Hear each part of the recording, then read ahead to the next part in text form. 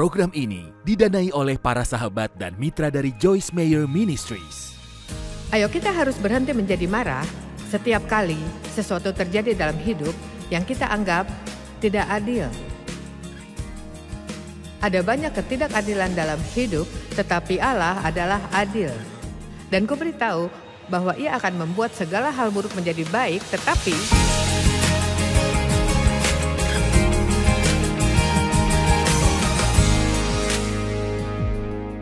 berapa banyak yang menyatakan diri mengalami masalah dalam hidup saat ini?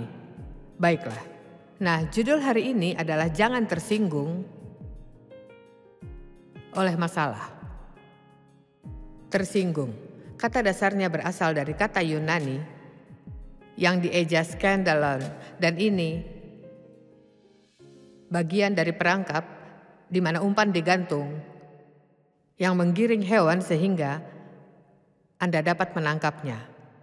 Jadi setan suka ketersinggungan. Dia suka ketika kita menyinggung satu sama lain. Dia suka jika kita tersinggung pada Tuhan, dia sangat menyukainya. Dia suka ketika kita tersinggung, dan Alkitab berkata banyak orang tersinggung oleh masalah. Aku sedang punya banyak masalah dan mereka tidak mau pergi ke tempat yang kutunjukkan. Dan kupikir tersinggung, saya memikirkannya. Kupikir seperti punya bintil kuku dalam rohmu. Seperti saya yakin saudara pernah punya bintil kuku. Lalu ketika menyenggolnya, au.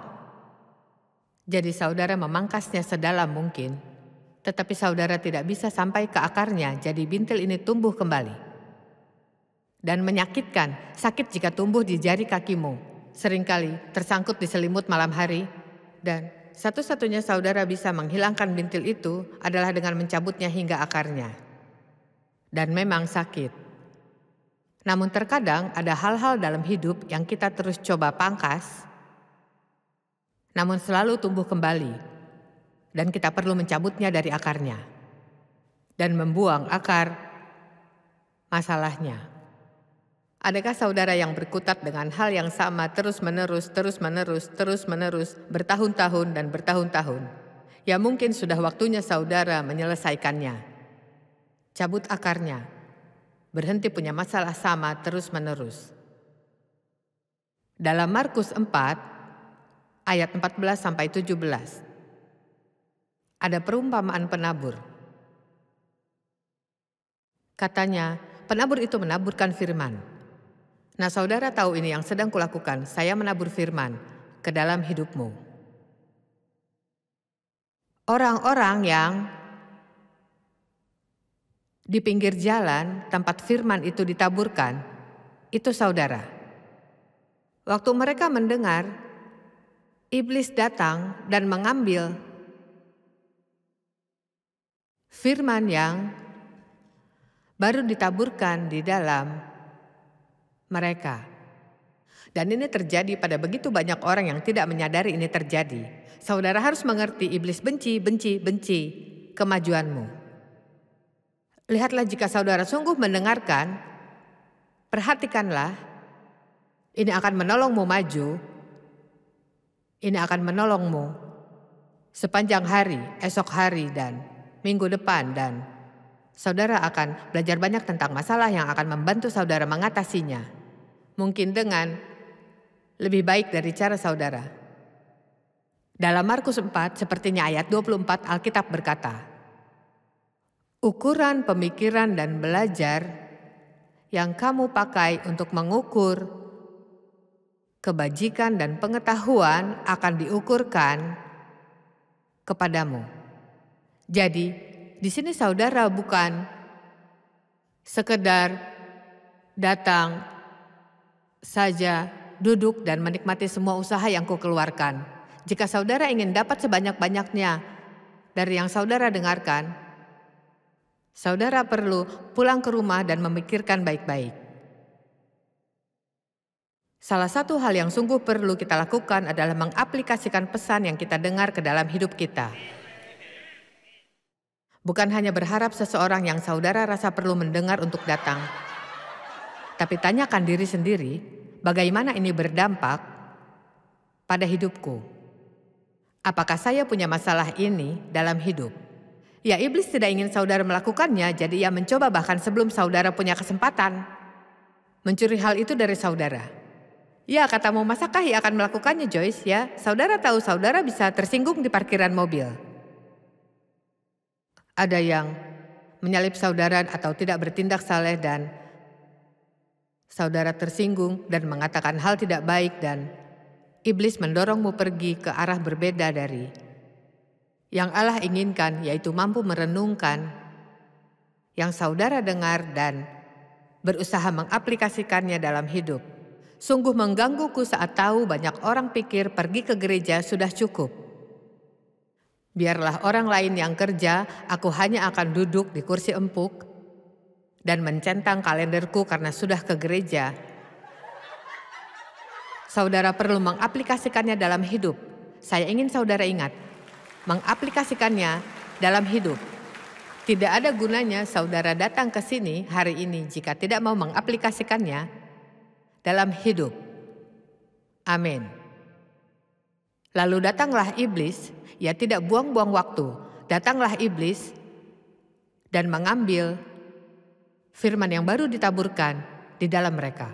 Demikian juga yang ditaburkan di tanah yang berbatu-batu, ialah orang-orang yang mendengar firman itu dan segera menerimanya dengan gembira. Orang-orang ini menyenangkan jika datang dalam ibadah, karena mereka bersemangat akan yang mereka dengar. Para pengamin, amin. Amin. Amin. Saudara senang semua yang dihotbahkan, lalu pulang ke rumah dan mengabaikannya. Karena saudara tidak punya yang Alkitab katakan tidak punya kedalaman dalam hidup. Tidak punya kedalaman, hanya pendengar yang emosional. Kedengarannya bagus, ya. Puji Tuhan, patahkan belenggu-belenggu. Saya senang musiknya. Saya akan terus lakukan hal-hal yang tidak sepatutnya, tapi patahkan belenggu-belenggu. Kedengaran indah. Tetapi mereka tidak berakar. Dan tahan sebentar saja. Apabila kemudian datang penindasan atau penganiayaan karena firman itu, saya suka ini. Lihat, tidak dikatakan penindasan atau aniaya muncul karena dosa di hidupmu. Nah, terkadang ini bisa terjadi. Seperti contohnya Alkitab berkata jika kita tidur dalam kemarahan, maka ini memberi iblis celah dalam hidupmu. Jika saudara tidak mengakui dosa dalam hidup, ini bisa jadi pintu terbuka bagi iblis. Tapi hanya ada 2 kesempatan dalam hidup saudara dapat masalah, yaitu saat saudara melakukan yang salah dan benar. Dan dikatakan bahwa iblis datang karena firman. Hanya karena saudara di sini sekarang, bukan artinya saudara salah, tetapi ini menjadikan saudara target. Karena iblis benci kemajuan. Ia tidak ingin saudara diselamatkan, tapi karena sekarang sudah, ia ingin melakukan apapun yang ia bisa untuk mencegah saudara bertumbuh dan bertindak seperti orang Kristen. Lihatlah, jika kita bertindak seperti Kristen dan berperilaku demikian, jika mendengar firman dan membawanya ke dunia dan menghidupinya, semua orang di planet ini akan menyerahkan hidup pada Yesus dan tujuan tercapai. Dan kita mungkin sedang dalam perjalanan pulang ke surga. Saya tidak tahu apakah saudara sadar betapa berdampaknya berperilaku di tempat umum. Sadarkah saudara, perilaku kita sangat penting. Saudara bisa tempel stiker di mobil, gantung kalung salib di leher. Tetapi yang saudara lakukan mengundang orang memperhatikanmu dan melihat apakah saudara sungguh saleh atau palsu. Dan kita semua tahu memang mudah hilang kendali, mudah menjadi tidak sabar ketika banyak hal tidak terjadi sesuai mau kita. Tapi tahukah ini semua terjadi Dalam hidup, kami iseng-iseng memulai beberapa tahun lalu mencatat semua hal gila yang terjadi saat kami berkeliling melakukan konferensi. Di akhir tahun sungguh lucu melihat segala hal yang terjadi. Nah, ini pertama kalinya kami keluar tahun ini dan salah satu tim kami berangkat dahulu menjalani semua rutenya, memastikan ia tahu gerejanya, bertemu orang-orangnya, memeriksa keadaan lokasi dan lain-lain. Ya, pesawatnya dibatalkan kemarin. Lalu, tanpa memastikan kepadanya, mereka membatalkan sewa mobilnya. Jadi saat ia tiba di sini, ia mencoba menyewa mobil tapi tidak ada. Jadi ia harus meminjam mobil dari gereja. Nah, itu kejengkelan dan masalah pertama. Lalu, pagi ini saya duduk untuk belajar. Bangun sekitar jam 4 duduk untuk belajar dan bohlam di lampu sebelah kursiku mati. Jadi sekarang saya harus bangun dan harus mencari bohlam lampu di mana-mana dan kembali dan memasangnya. Dan ada banyak hal. Siapa di sini tahu ada masalah yang selalu terjadi? Ini dan itu. Dan semakin tenang diri Anda, semakin marahlah iblis. Dengarkan, bahkan jika sedang sendirian di rumah saudara, lihatlah akan ada hari di mana saya sungguh akan membiarkan bohlam lampu membuatku marah, padahal aku sedang ingin belajar firman dan Tuhan, aku tidak paham mengapa kau biarkan ini terjadi. Nah, sekarang saya tahu si iblis sedang mencoba membuatku jengkel, jadi saya bangun dengan tenang, mencari sendiri bohlam lain, dan memasangnya. Segalanya berjalan lancar, tenang saja. Siapa di sini yang perlu berhenti marah-marah jika ada hal yang saudara tak suka? Jika ingin identitas Kristen, maka akan ada saja hal yang terjadi yang tak mengenakan. Ada sebuah pohon apa yang ada di halaman belakang kita? Pohon besar yang senang kau pandangi. Apakah pohon oak? Ada pohon oak besar, sudah lama ada, tidak tahu berapa tahun lamanya. Dan mari ku ceritakan, ketika ada badai di St. Louis yang terjadi beberapa kali minggu lalu, pohon itu tidak bergerak. Tetap ada, tidak ada badai yang merobohkannya. Tapi ada ranting kecil lain yang masih perlu tumbuh lebih baik. Amin. Nah, saya bicara dengan seseorang. Ranting kecil yang masih perlu bertumbuh lebih dewasa, dan jika ada badai datang, ia bisa terbelah dua. Bahkan mencabutnya. Ada badai besar beberapa minggu lalu, dan ada beberapa pohon cukup besar yang sungguh tercabut dari tanah hingga ke akar-akarnya. Tapi badai tidak mengganggu pohon oak itu karena entah seberapa dalam akarnya merambat. Jadi saya bertanya padamu hari ini, saudara, pohon atau ranting? Pohon atau ranting? Mari kembali ke Markus 4. Tetapi mereka tidak berakar dan tahan sebentar saja. Apabila kemudian datang penindasan atau penganiayaan karena firman itu, mereka segera murtad.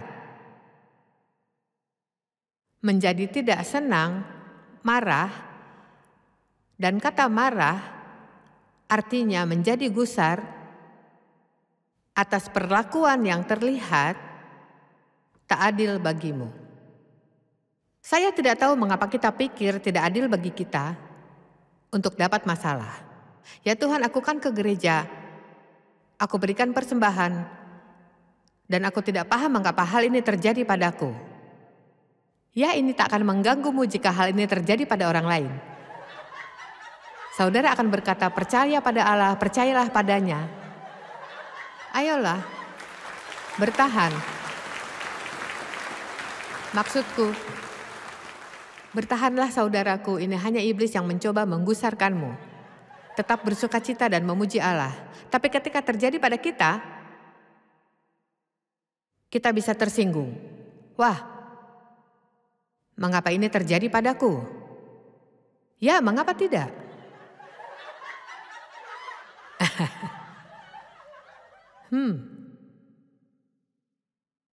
Seorang yang kukenal, anaknya mengidap kanker, tentu saja semua orang percaya mujizat. Namun tak kunjung terjadi dan ia meninggal. Pria ini sungguh marah pada Allah, katanya, "Di mana engkau waktu anakku meninggal?" Dan Allah menjawabnya saat itu juga, berkata, "Di tempat yang sama di saat anakku mati."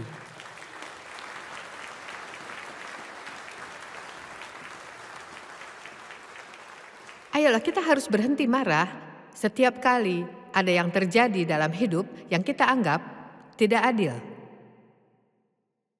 Ada banyak ketidakadilan dalam hidup, namun Allah adalah adil. Dan mari ku beritahu bahwa artinya Ia akan jadikan yang salah jadi benar. Namun, sebelum tepuk tangan, mari ku beritahu, tapinya. Allah akan ambil segala hal buruk yang terjadi padamu dan Ia akan menebusnya. Dan Ia akan mengubahnya jadi kebaikan. Ia turut bekerja dalam segala sesuatu untuk mendatangkan kebaikan. Namun,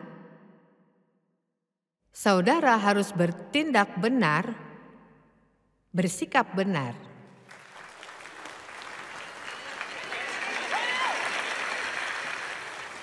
Ya, ada satu orang di sana yang cukup terjaga untuk setuju denganku. Lihat bagaimana kita bersikap dalam proses sangat berhubungan dengan seberapa cepat kita menang. Ayo kukatakan bagaimana kita bersikap dalam proses.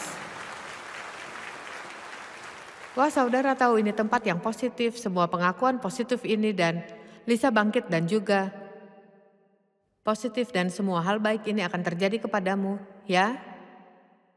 Saya tak akan mau merusak apapun, ini sudah dilakukan, tetapi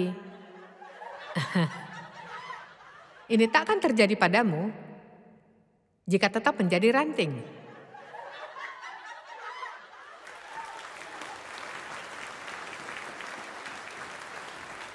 Saudara perlu menjadi pohon. Ini waktunya bertumbuh. Ini waktunya bertumbuh. Nah, sebenarnya ada ayat yang ingin kubacakan hari ini dengan kata menderita di dalamnya. Dan betapa manusia tidak suka kata ini. Orang Kristen tidak suka mendengar penderitaan. Maksudku, luar biasa sikap kita menghadapi ketidaknyamanan sedikit saja. Tahukah saudara, kita ini manja? Jika menara ponsel bermasalah di areamu selama 1 jam, saudara akan pikir ini akhir zaman. Maksudku, listrik kami mati. Beberapa minggu lalu mati selama sekitar 6 jam. Dan oh astaga, kami harus telepon putriku dan menantu untuk datang dan keluar dan menyalakan generator. Kami punya generator yang akan memberi daya bagi seluruh rumah, tapi kami harus keluar dan menyalakan generator. Dan kami menantikan itu terjadi. Saya tidak bisa menonton program TV yang ingin kutonton. Dan handphoneku bermasalah. Ayolah, siapa yang paham kita ini? Bagaimana? Kita kehilangan beberapa hal. Sekarang, saya mempelajari kekudusan. Saya keluar dan, saya tidak keluar tetapi pesan online. Setiap buku bagus, semua yang kelihatan bagus tentang kekudusan. Nah, jika saudara ingin sesuatu mengacaukan hidupmu, mulai pelajari kekudusan. Sudah berapa lama sejak terakhir kalinya saudara mendengar pesan yang mengoyakkan tentang kekudusan?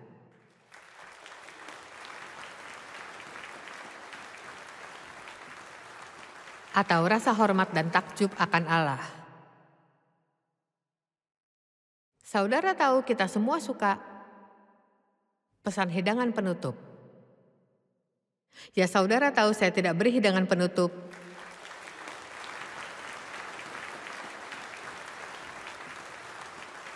Kadang-kadang, tapi saya biarkan orang lain beri hidangan penutup.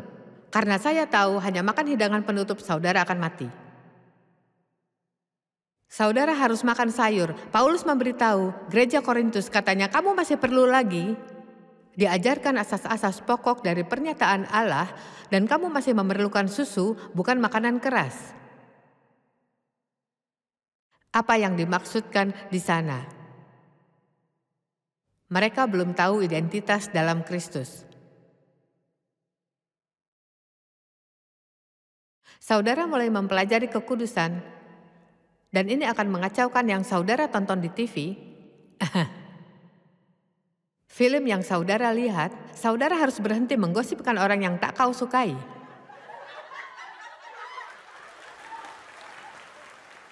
Astaga, saudara harus mengampuni orang yang kau benci.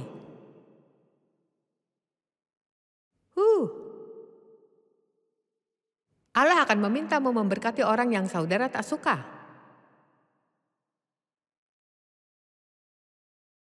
Kutantang 2 kali lipat agar saudara beli buku tentang kekudusan. Nah, yang ini oleh R.C. Sproul, yang kini sudah tiada. Dan ia tidak percaya bahwa wanita harus berkhotbah, namun saya menyukainya. Saudara tahu saya memutuskan jika kita hanya akan menyukai orang yang menyetujui kita. Saya menulis buku sekarang berjudul Mengasihi Mereka yang Sulit Dikasihi. Saudara tahu Yesus mengasihi orang yang sulit dikasihi. Maksudku jikalau kamu mengasihi orang yang mengasihi kamu, apakah jasamu, kata Yesus. Katanya bahkan pendosa dan orang fasik melakukannya. Maka mari kubacakan beberapa hal di sini.